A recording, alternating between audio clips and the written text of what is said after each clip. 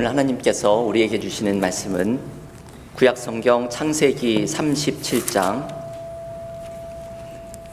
1절에서 11절의 말씀입니다.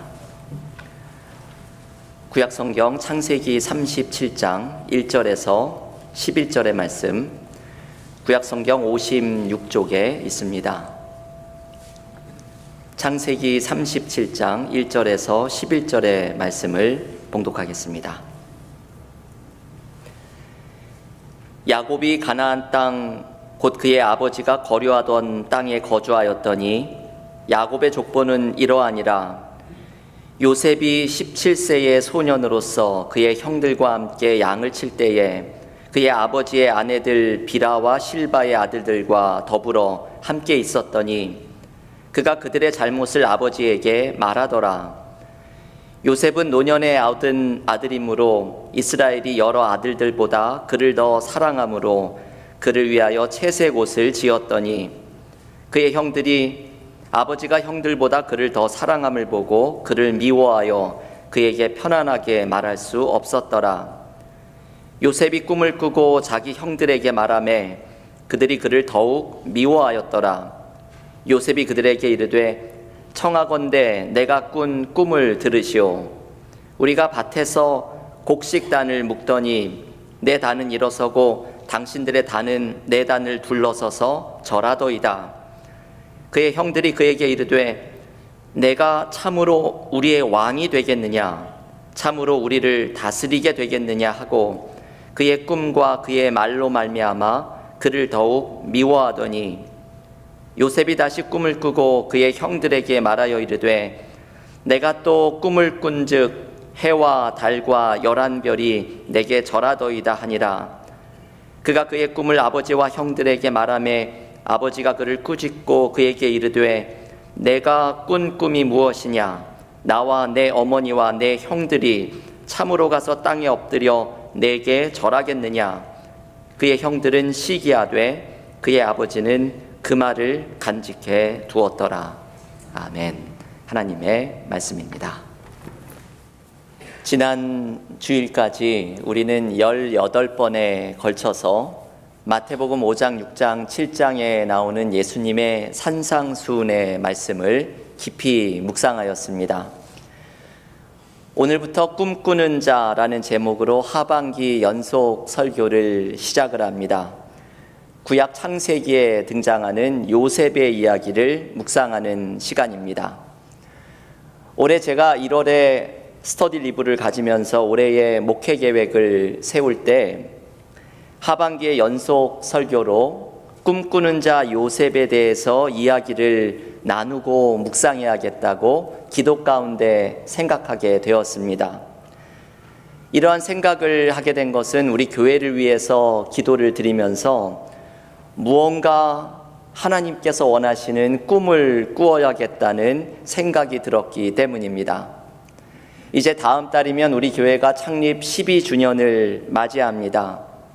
이제 12년이라는 적지 않은 시간을 지내오면서 하나님께서 우리 교회의 꿈꾸기를 원하시는 것을 발견하는 것이 참 중요하다는 생각이 들었습니다. 당회에서는 지난 몇 달 동안 리뷰 앤 비전이라는 시간을 마련해서 우리 교회를 향한 하나님의 꿈을 발견하는 시간을 가졌습니다. 무언가 진짜 중요한 것, 우리 교회를 향한 무언가 진짜 중요한 것, 그것을 함께 찾고 하나님께서 우리 교회를 향한 꿈이 무엇인지를 함께 찾으려고 하는 시간이었습니다. 하나님이 원하시는 꿈을 꾸는 것은 개인에 있어서도 마찬가지로 중요합니다. 얼마 전에 서부의 유명한 교회이죠. 새들백 교회에서 목회하는 릭 워렌이라는 목사님이 꿈꾸는 인생이라는 책을 내었습니다. 제가 이 요셉 설교를 준비하고 있었기에 그 책을 사서 한번 읽어보았습니다. 그 책에서 이분이 이런 말을 합니다. 꿈이 없다면 당신은 정말로 사는 것이 아닙니다. 그냥 존재하고 있을 뿐입니다. 이 말이 생각하게 하고 또 공감이 되는 말입니다. 우리가 인생에서 꿈을 꾸지 않는다면 우리의 삶은 생명력과 방향을 잃은 듯한 메마름을 경험하게 될 것입니다. 우리가 꾸는 꿈은 우리의 삶을 이끌어가는 중요한 에너지가 되기 때문입니다. 하지만 여러분, 우리의 꿈을 꾸는 것이 중요하지만 진짜 중요한 질문 중에 하나는 이것이지요. 우리는 어떤 꿈을 꾸어야 하는가? 이것이 진짜 중요한 질문입니다. 꿈이 우리의 인생을 이끌어가는 중요한 모습이라면 어떤 꿈을 꾸는지에 따라 우리의 인생의 방향이 달라집니다. 우리의 삶을 이끌어가는 꿈은 많은 경우에 내가 이 세상에서 잘되고 성공하고 풍요로운 삶을 누리고 싶은 욕망이 이끌어갈 때가 많습니다. 교회 또한 예외가 아니지요. 교회도 하나님의 꿈을 꾼다고 하면서도 세상의 가치를 따라서 사람이 많이 모이는 큰 교회를 이루려는 꿈을 은연중에 꿀 수 있습니다. 여러분, 우리는 어떤 꿈을 꾸어야 할까요?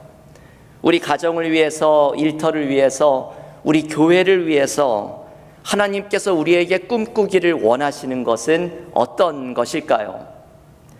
우리는 하나님의 꿈을 발견해야 합니다. 우리의 인생을 향한 하나님의 꿈을 발견하고 그 하나님의 꿈을 꾸어야 합니다.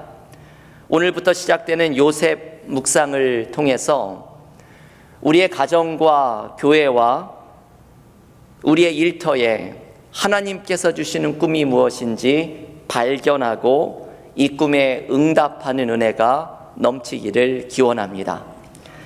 오늘 우리가 함께 읽었던 창세기 37장의 말씀은 이 요셉의 이야기가 처음으로 시작이 되고 있는 장면입니다. 야곱의 아들 가운데 끝에서 두 번째였던 요셉이 17살의 나이에 아버지에게 특별한 사랑을 받고 있는 장면입니다. 저도 이 요셉의 이야기를 읽을 때마다 느끼지만 형들이 요셉을 미워하는 게 이게 충분히 이해가 됩니다. 야곱은 요셉을 편애해서 채색 옷을, 특별한 옷을 입히고 요셉만을 특별하게 사랑을 하였고, 아버지의 사랑을 등에 업었던 요셉은 형들이 무엇을 잘못할 때마다 오늘 본문 2절을 읽어보면 아버지에게 쪼르르 달려가가지고 형들이 잘못한 거를 막 고자질하는 그런 철부지 소년으로 나옵니다. 형들이 이렇게 요셉을 미워하였던 것이 참 이해가 되는 모습이죠. 근데 오늘 이 요셉의 첫 등장하는 장면에 중요한 이야기가 나옵니다. 요셉이 오늘 본문에서 두 개의 꿈을 꿉니다. 여러분, 요셉의 이야기가 얼마나 정교하게 쓰여졌는지 이 첫 장면에 등장하는 꿈의 이야기가 요셉의 삶 전체를 이끌어갑니다. 이 꿈이 점점 자라나기 시작하고 이 꿈이 때로는 좌절되기도 하고 이 속에서 요셉이 성장하기도 하면서 결국은 요셉이 이 첫 장면에서 꾸었던 꿈의 정체가 무엇인지 분명하게 드러나면서 요셉의 이야기가 마칩니다. 요셉은 한마디로 꿈꾸는 자였지요.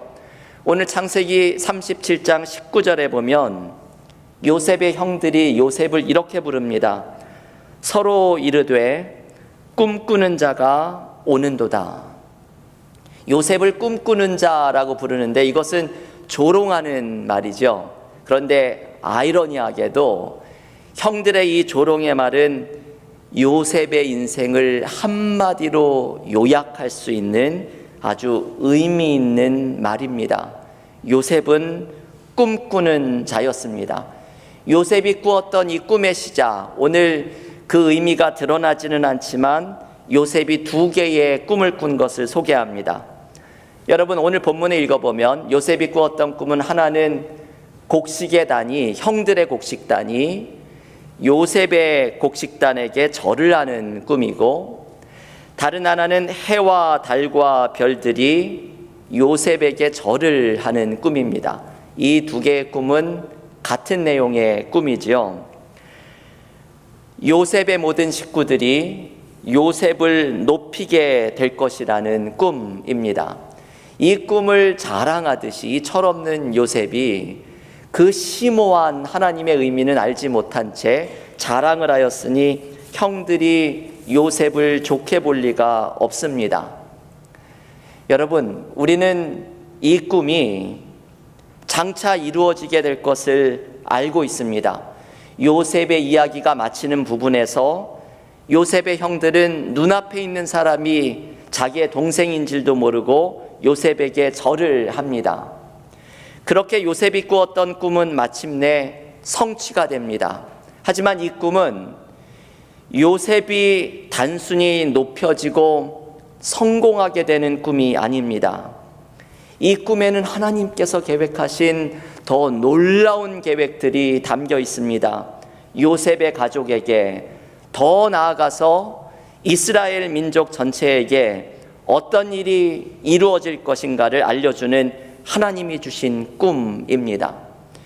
요셉은 이제 이 하나님의 꿈에 사로잡혀서 이 꿈이 이끌어가는 삶을 살아가게 됩니다. 우리가 요셉의 묵상에서 기억해야 할 것은 요셉이 받았던 이 하나님의 꿈이 어떻게 요셉을 이끌어가는지 우리에게 주시는 하나님의 꿈을 발견하는 은혜를 체험해야 합니다. 여러분, 하나님의 꿈은 여러 가지 이름으로 불려집니다. 하나님의 비전, 우리에게 주시는 소명, 하나님의 부르심, 이 모든 것이 하나님이 주시는 꿈의 다른 이름입니다.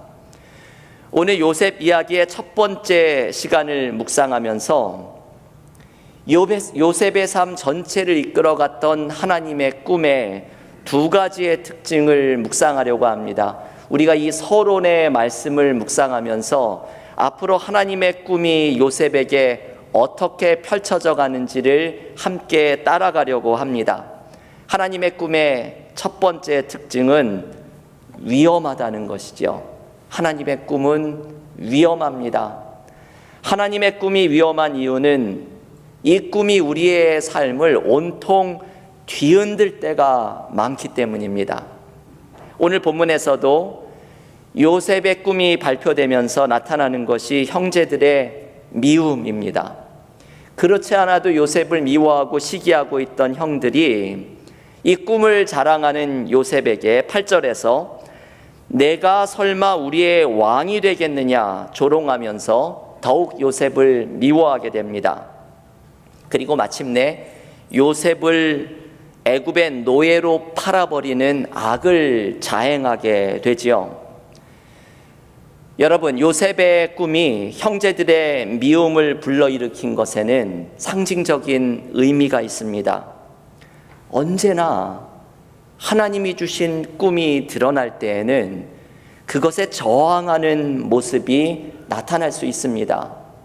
왜냐하면 하나님의 꿈은 우리에게 우리의 잠든 모습을 일깨우고 현재의 모습에 안주하려는 우리를 뒤흔들어 놓습니다.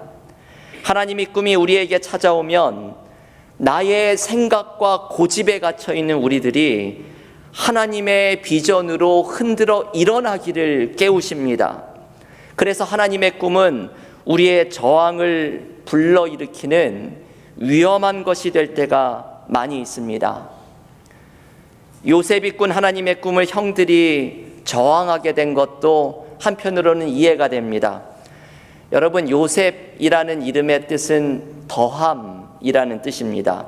이 요셉은 형제들 가운데 끄트머리에 깍두기처럼 더해진 존재입니다. 그래서 그 이름이 더함이라는 뜻이죠. 작고 미약한 존재를 가리킵니다. 베냐민이라는 동생이 있기는 했지만 요셉은 거의 막내와 같은 사람입니다. 이렇게 작은 존재에게 요셉, 야곱 가문의 전체가 살아나고 이스라엘 민족 전체가 사는 놀라운 하나님의 꿈이 임할 것이라는 것을 과연 누가 알 수 있었겠습니까? 일반적으로는 그 보잘것없는 끝자락의 동생인 요셉에게 이런 꿈이 임하는 것이 아니라 집안과 민족을 살리는 원대한 꿈이라면 장남에게 주어져야 하는 것이 맞겠지요. 그런데 하나님의 꿈은 우리의 생각과 계획을 넘어서는 새롭고 낯선 모습으로 찾아옵니다. 그래서 우리는 하나님의 이 낯선 꿈에 저항을 할 때가 많습니다. 나의 생각과 판단으로 하나님의 꿈을 가두려고 하고 나의 익숙한 모습으로 하나님의 꿈을 재단하려고 합니다. 하지만 하나님의 비전은 언제나 우리의 작은 소견을 뒤흔들면서 찾아옵니다. 우리에게 잘못된 모습, 안주하려는 모습, 고집스러운 모습이 있다면 변화하도록 요청합니다. 하나님의 비전이 우리를 이렇게 온통 흔들어 깨우기 때문에 하나님의 꿈은 위험한 것입니다. 여러분, 하나님의 꿈이 우리를 뒤흔들며 찾아올 때 우리는 이 부르심에 어떻게 순종해야 할지를 배워야 합니다. 앞으로 요셉의 이야기를 묵상하면서 발견하는 것은 이게 참 놀랍죠. 모든 등장인물들이 하나님의 꿈 앞에 어떻게 순종할지를 배우며 자라납니다. 요셉의 형들은 자기의 생각에 갇혀있던 시기와 미움을 넘어서 요셉이 꾸었던 하나님의 꿈에 순종하기를 배워가게 됩니다. 꿈꾸는 자 요셉도 예외가 아닙니다. 이 요셉에게도 너무나 많이 배워야 할 부분이 있었습니다. 요셉은 17살의 철없는 소년에 이 하나님의 꿈을 받으면서 형들이 잘못하면 쪼르르 아버지에게 달려가서 고자질하는 철부지였던 이 요셉이 하나님의 이 엄청난 꿈을 감당할 수 있는 성숙한 사람으로 변화되고 자라나기 시작합니다. 하나님의 꿈이 임하자 모든 사람들에게 과제가 생깁니다. 하나님의 꿈이 임하자 모두가 순종하고 응답하고 성장해야 할 과제가 생깁니다. 여러분, 하나님의 꿈이 우리에게 찾아올 때도 우리 또한 이 부르심에 어떻게 순종해야 할지를 배워야 합니다. 나의 생각을 뒤흔들며 나의 생각과 계획을 넘어서는 새로움으로, 낯섦으로 찾아오시는 하나님의 비전 앞에 나를 열고 응답해야 합니다. 교회도 하나님이 꿈을 꾸게 하실 때 하나님의 꿈에 순종으로, 믿음으로 응답해야 합니다. 그때 우리는 하나님의 놀라운 계획에 참여하는 사람들이 됩니다. 여러분, 기억하십시오. 하나님의 꿈이 우리들의 가정에, 우리의 일터에, 우리 교회에 찾아올 것입니다. 하나님의 우리에게 주시는 꿈을 발견해야 합니다. 하나님의 꿈은 우리의 생각을 넘어서는 모습으로 찾아오기도 합니다. 하지만 우리를 뒤흔들며 찾아오는 위험한 하나님의 꿈에 순종할 때 우리의 삶에는 하나님의 계획이 펼쳐지는 은혜를 누릴 줄을 믿습니다. 하나님께서 주시는 꿈을 발견하며 믿음으로 응답하며 나아가는 신앙인들이 모두 되시기를 간절히 기원합니다. 그런데 여러분, 우리는 왜 하나님의 꿈에 순종하는 것을 배워야 할까요? 하나님의 꿈이 위험하다면, 우리를 뒤흔들고 때로는 많은 저항을 마주해야 하는 힘든 일이라면 우리는 왜 이 위험하고 힘든 일에 순종하고 응답해야 하는 것일까요? 요셉의 이야기는 이 질문에 대한 대답을 명확하게 보여줍니다. 하나님의 꿈이 요셉과 온 집안을 살리기 때문입니다. 여러분, 이것이 하나님의 꿈이 가진 두 번째 특징입니다. 하나님의 꿈이 우리를 살립니다. 하나님의 꿈은 위험하지만 하나님의 꿈이 우리를 살립니다. 창세기에는 온통 인간의 계획이 아니라 하나님의 계획에 순종할 때 살아나게 되는 이야기들로 가득합니다. 아브라함이 100세에 얻은 아들 이삭을 바치라는 하나님의 이 위험한 명령을 받았을 때 아브라함은 하나님의 선하심을 신뢰하는 마음으로 순종합니다. 제가 아브라함을 묵상하면서 가장 은혜를 받는 문장 중에 하나는 이것입니다. 어떤 구약성서학자가 한 말인데, 하나님의 부르심은 이해할 수는 없지만 신뢰할 수는 있습니다. 참 생각하게 하는 말이죠. 하나님의 비전, 하나님의 부르심, 하나님의 명령은 때로 우리는 이해할 수는 없지만 신뢰할 수는 있습니다. 왜냐하면 하나님의 낯선 계획이 때로는 내가 헤아리기 어렵더라도 그 안에 하나님의 선한 뜻이 있음을 우리는 믿으면서 나아갈 수 있기 때문입니다. 요셉도 마찬가지입니다. 요셉의 삶 자체가 하나님의 낯선 계획 속에서 하나님의 선한 뜻이 이루어져 가는 것을 보여주는 이야기입니다. 장차 요셉이 애굽의 총리가 되었을 때 형들이 찾아와서 절을 하는 장면 속에 요셉이 이렇게 고백을 합니다. 창세기 45장 7절 말씀입니다.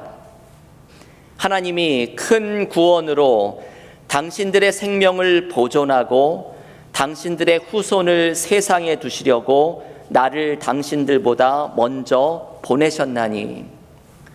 여러분이 창세기 45장 7절의 말씀을 읽어보면 요셉이 변했다는 것을 알게 되죠. 17살에 그 꿈을 받고 형들에게 철없이 자랑하고 있던 요셉이 아니라, 요셉은 오랜 시간이 지나고 나서 그 꿈의 진짜 의미를 발견하고 이야기를 합니다. 우리가 이 말씀을 나중에 깊이 묵상을 하게 될 것입니다. 요셉은 애굽의 노예로 팔려와 온갖 고생을 한 후에 그 삶을 돌아보니 그 속에는 하나님께서 요셉과 요셉의 가문을 살리시려는 선한 뜻이 있었다는 것을 고백합니다. 여러분, 우리가 하나님의 꿈에 순종하는 이유는 바로 이것 때문이죠. 하나님의 꿈이 우리를 살리기 때문입니다. 하나님의 꿈은 위험하지만 나의 계획을 내려놓고 하나님의 부르심에 순종하는 이유는 때로는 이해하지 못하도 하나님의 꿈이 우리를 살릴 것이라는 선한 뜻이 있음을 신뢰하기 때문입니다. 예레미야 선지자가 꾸었던 하나님의 꿈도 마찬가지입니다. 저는 예레미야를 읽을 때마다 너무나도 은혜를 받습니다. 선지자 예레미야는 하나님이 주시는 꿈을 받습니다. 이게 참 위험한 메시지였습니다. 하나님의 꿈은 바벨론의 이스라엘 백성들이 멸망해 가기 직전에 다른 선지자들은 우리는 망하지 않을 것이다, 하나님이 지켜주실 것이다, 위로의 메시지를 전했지만 예레미야가 받았던 하나님의 꿈은 너희는 망할 것이다 라는 메시지였습니다. 하지만 무너져야 다시 일어나고 허물어뜨려야 새로운 것이 세워질 것이라는 말씀을 주십니다. 예레미야가 받았던 무너질 것이라는 하나님의 꿈, 이 위험한 꿈 앞에 많은 사람들이 저항을 합니다. 예레미야는 미움과 배척을 받는 이 위험한 하나님의 꿈을 선포합니다. 하지만 무너져야 다시 세워질 것이라는 예레미야가 받았던 하나님의 꿈은 결국은 이스라엘을 살리는 메시지입니다. 예레미야는 29장 11절에서 이렇게 외칩니다. 여호와의 말씀이니라. 너희를 향한 나의 생각을 내가 아나니 평안이요 재앙이 아니니라. 너희에게 미래와 희망을 주는 것이니라. 아멘.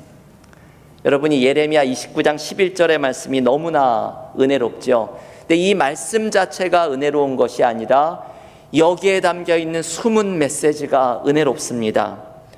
너희가 무너질 것이라는 하나님의 위험한 꿈은 결국은 무너져야 새로 세워질 것이라는 미래와 희망을 주는 것이라고 예레미야는 외칩니다.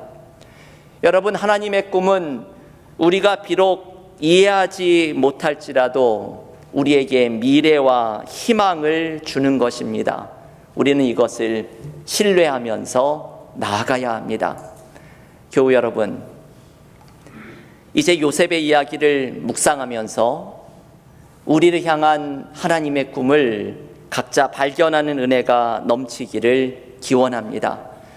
우리의 고집과 안일함을 뒤흔들며 찾아오는 때로는 위험한 하나님의 꿈을 우리도 발견할 수 있기를 원합니다. 하지만 하나님의 꿈이 우리를 살릴 것을 신뢰하면서 하나님의 꿈에 응답하고 순종하며 나아갈 수 있기를 바랍니다. 우리를 살리는 하나님의 꿈을 발견하고 이 하나님의 부르심에 응답하면서 그때 우리의 삶에 하나님의 비전과 하나님의 계획이 펼쳐지며 살아나는 은혜를 풍성히 경험하는 믿음의 교우들이 모두 되시기를 주님의 이름으로 간절히 축원합니다.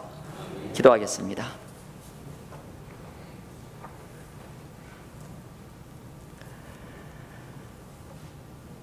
하나님 감사합니다. 오늘부터 요셉의 이야기를 묵상하면서 우리에게 하나님의 꿈을 꿈꾸는 자가 되는 소원을 불러일으켜 주시기를 간구하며 나아갑니다.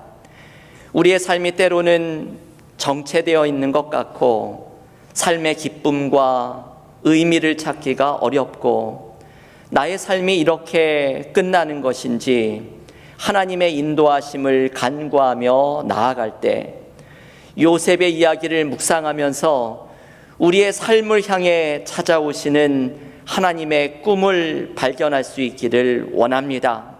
하나님의 꿈은 우리를 온통 뒤흔들며 때로는 하나님의 꿈을 저항하는 모습으로 나타나기에 위험한 하나님의 꿈이지만 하나님의 꿈을 붙들고 응답하며 순종하며 나아갈 때 우리가 살아나는 은혜를 경험하게 될 줄을 믿습니다.